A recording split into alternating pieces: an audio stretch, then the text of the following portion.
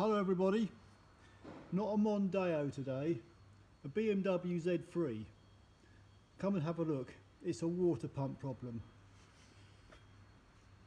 The car has just been delivered here on the back of a trailer. It's a 1999 BMW Z3 2 litre. Quite a nice looking car actually, but look at this, look at the fan. I've just taken it all apart. I'm just going to show how this comes apart before I show you the actual damage. But it's not good, it's really not good. And I believe it's an American woman who owns this car. So need I say more? The fan was literally like that, flapping all over the place. And to be honest, it must have been making a racket for I don't know how long, flipping ages. But let me just show you how this fan, if you ever have to do this and replace one of these water pumps, because this is the straight 6-cylinder engine, if you ever have to change one of these fans or take it off, there's a big nut down there. What you do, you can get a special spanner to undo them, okay? But you hit that. If you don't have the spanner, you can use a bar, like a big long pry bar or something. Put your pry bar on the edge there, and then whack it with a hammer. And you whack it anti-clockwise. I think it's a left-hand thread. So basically, you've got to undo that nut clockwise to undo it. So anyway, I shall take this fan off, and then I'll show you the actual bearing in this water pump. Right, firstly, I'm going to whiz this fan off. So like I said, you've got to turn it clockwise to actually remove it off the thread. Look, there it goes. So I'm trying to do this with one hand, that's the problem. There'd be 4 little 10 mils which hold your pulley on for your auxiliary belt to go on. That's straightforward. Now we've got to our water pump that look at that. Oh my flipping good God.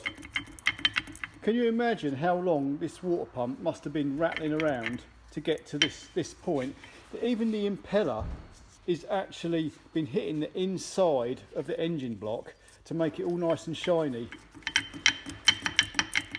I mean, I've seen some bad water pumps, but flipping heck, you don't normally get them that bad. Normally they'll just leak. I mean, this is the problem. This car has lost all its water, and this is a worrying thing. But anyway, if you have to remove this pump from the engine, it's quite tight. It's only just an O-ring there, but they get shitted up.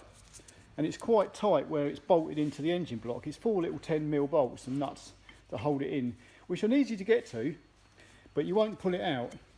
What you do is you get 2 10 mils bolts, and there's 2 little threaded sections here, one either side, and you wind them bolts in, and they will hit the engine block and literally push the pump off the engine block. So that's how you get it out, which is actually a good idea. I've seen this idea used on various brake drums as well. But anyway, yeah, obviously this pump started to get a bit of play in the bearing. It's lost all its coolant, and now it's that's completely flipping bollocks. I'm still waiting for the new water pump to be delivered. So, to be honest with you, I'm not holding much hope for this. There was no coolant in here whatsoever. I'm getting the feeling it's been overheated. I get the feeling the pump has gone, the coolant's gone, and she's drove it until the engine's been destroyed. I do know the engine still starts up because it was drove on the back of the trailer. It's not misfiring or nothing. It appears to be running okay, but we're not going to know how good the engine is until we get the coolant in it. And if the coolant starts blowing back out the bottle or something like that, then we know we've either got a head gasket gone or a cracked head. But when I get the new pump, I'm going to bung it on, put the coolant in, and hope and pray for the best. Well, here it is. Here's the new bloody water pump. I feel I'm wasting my time putting this on, but there you go. There, doesn't that look nice? It comes with a new O-ring. Right, so I'm going to pop it on, see what happens. Right, the pump's in place. It's like, I can't really get my phone down here, but you kind of get the idea. It's easy enough to fit. It's only for 4 little 10 mils, pretty straightforward. I must say, for a 6-cylinder engine, there's plenty of room. Once the fan's out of the way, there's plenty of room. So I'm going to pop the pulley on now, which has got a few brakes on the end bit, but it's not affecting the bit the belt sits on, so we're okay there. So that'll go on, and then I'll put the fan on, put the fan belt on, and start it up. Right, I'll give that fan a bit of a spin back on. And now I'll whack it anti-clockwise just to nip it up. Oh well, here goes. As far as I know, there's a bleed screw in the top of this expansion bottle, so I'll loosen that a bit, let the air out. And I've got a bucket full of coolant, so we'll fill the coolant system up with water. This is it, moment of truth. I'll just nip that up for a minute. I might undo that again, but we know when there's enough coolant in there, because that little stalk sticks out, floats. So yeah.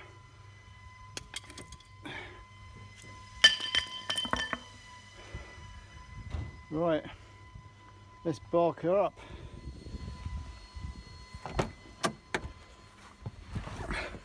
I'm going to set the heater controls to hot,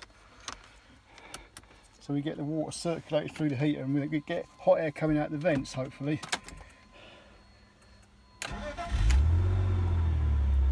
You see, it starts up.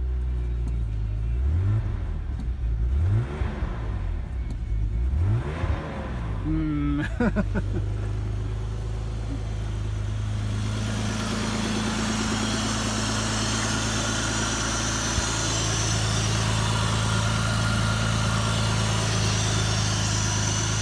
sounds kind of okay at the minute. If the water starts pissing out of the bloody bottle, then we know we've got a problem. We'll have to run it up, and when it gets warmer, we'll see if there's any dire consequences going on here. But the initial reaction, I mean, the engine's stone cold at the minute. But I'm revving it, it actually sounds okay.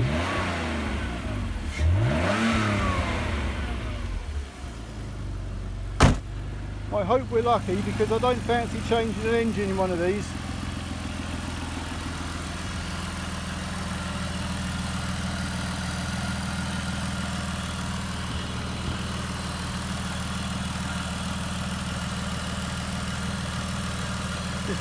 See how that's leaking out? It's got all the airs out of the system.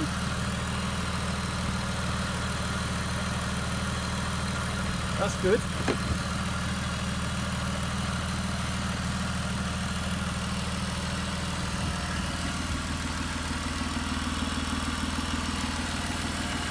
The engine sounds nice. Considering the fact there was no coolant in the engine and the state of that water pump, you kind of have a kind of bad feeling that she's bloody cooked the engine alive. But we'll see.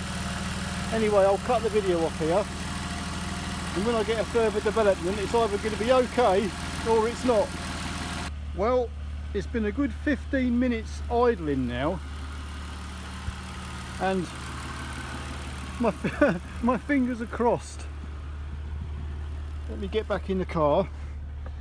The temperature gauge is reading normal. The reason I put the actual heater control to hot is so that I know once you've started running it, the heater's the first thing to get warm. If this was cold air coming out of here, then I'd say we've got an airlock. That's why I always have the heater set to hot.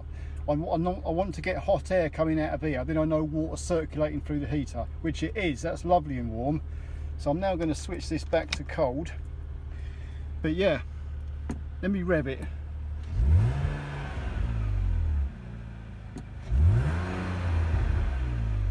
That rev's nice, no misfire. I'm impressed. But to be fair, in all the years that I've been on this planet, these particular 6-cylinder engines, I know the BMWs, they had the earlier type 6-cylinder with like the metal rocker cover that were nothing but trouble, but these ones with the plastic, although the rocker covers leak, these plastic topped ones, they've been good. I've had very little trouble with these engines. Plenty of problems with the 4-cylinder engines, but not these 6-cylinders. They seem to be pretty damn robust. And this must have got hot. It must have got pretty damn hot because there was no water in it. To be fair, the woman did say it didn't overheat, but I wasn't driving it all there at the time, so I don't really know. But when I got to the car, there was absolutely no water in it. And our expansion bottle, can we see in there? There's no water bubbling up in there. It's just nice and still. So normally if it's a head gasket problem, the water level would rise in there and it'd start overflowing, but it's not. Top hose is hot. Bottom radiator hose, that's getting warm now. So it's looking good. Maybe for some of you it'd be nice to see the water come shooting out of there and hit the top of the bonnet to see a bit of destruction, but nope, I'm quite happy because I actually do not want to see this car destroyed. This is one we sold a while back, so, and we've done a bit of work to it, so it's kind of like I'd rather it keep on the road. It's quite a nice little car for the woman who owns it. So yeah, what I'm going to do, I'm going to take this on a quick road test, bring it back and see if we've got any pressure in the cooling system. I don't think we're going to have. Because I think if there was going to be a problem with that cooling system, we would have seen it by now.